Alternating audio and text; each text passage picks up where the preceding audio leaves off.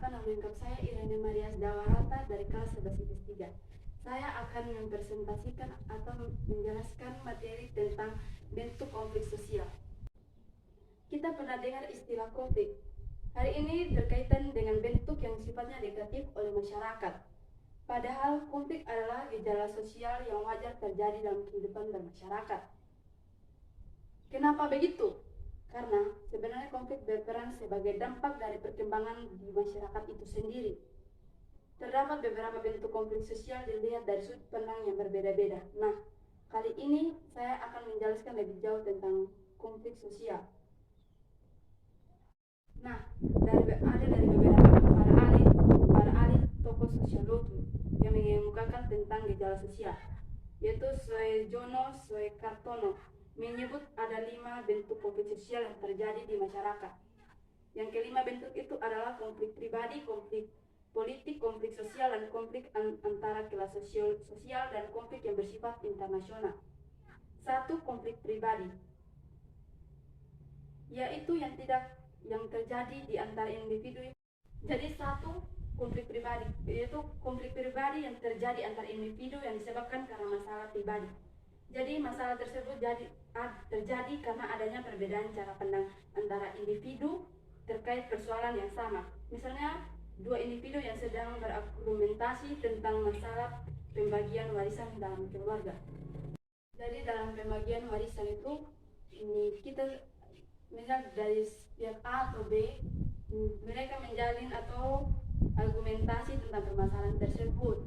Di situ jadi menjadi suatu bentuk atau konflik pribadi tentang antara si A atau si B.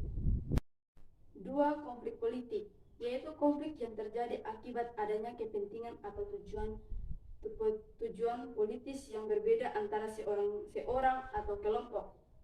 Hal ini bisa dilihat dari perbedaan pandang antara politik karena perbedaan ideologi, asas perjuangan, dan kepentingan politik. Contoh yang mudah dilihat adalah konflik antara penduduk dan partai yang berbeda menjelang pemilu atau pilkada. 3.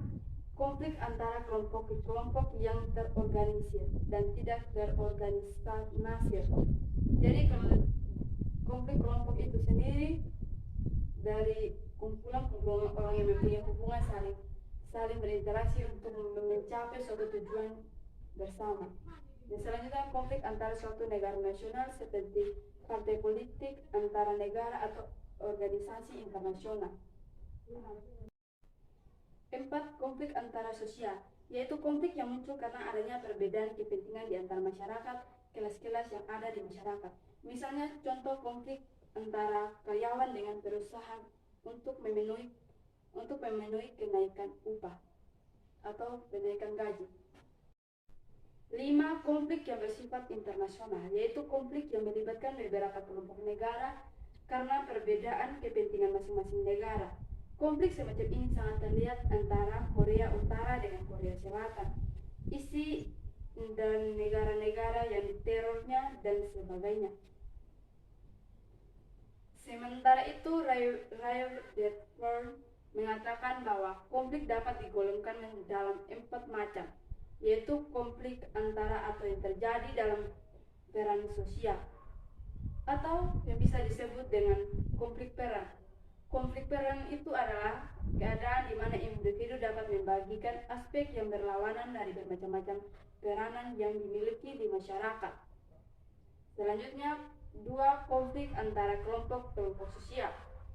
Konflik antara kelompok sosial itu seperti konflik yang tergolong dari macam-macam berbagai kumpulan atau kaum misalnya yaitu di mana antara anggota kelompok itu sendiri ingin mencapai suatu tujuan yang diinginkan bersama, yaitu misalnya contohnya suatu kebagian politik, kebagian partai. Konflik rasial, yaitu konflik yang terjadi antara kelompok ras yang berbeda karena adanya kepentingan dan kebudayaan yang berbenturan.